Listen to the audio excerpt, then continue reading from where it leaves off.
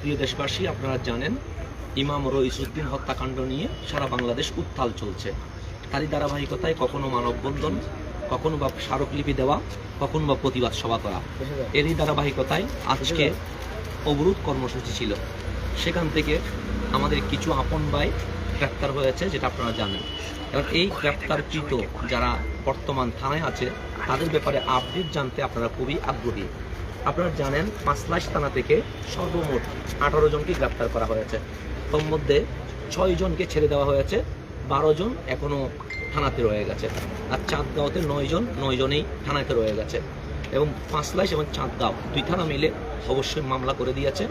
আমরা আজ রাত 12টা পার হয়ে গেছে, রাত 12টা পার হয়ে গেছে, এখনও পর্যন্ত আমরা থানার মধ্যে রয়ে গেছি। আমরা চেষ্টা করছি আমাদের ভাইদেরকে তাদের ন্যায্য অধিকার দিয়ে সসম্মানে ছাড়িয়ে নেওয়ার জন্য। কিন্তু দুঃখজনক হচ্ছে মামলা হওয়ার কারণে অলরেডি ওদেরকে চালান করে দেওয়া হয়েছে। এবং আমরা আগামীকাল সর্বাত্মক চেষ্টা করব যে তাদেরকে জামিন করে মুক্ত আকাশে ছেড়ে দেওয়ার জন্য ইনশাআল্লাহ।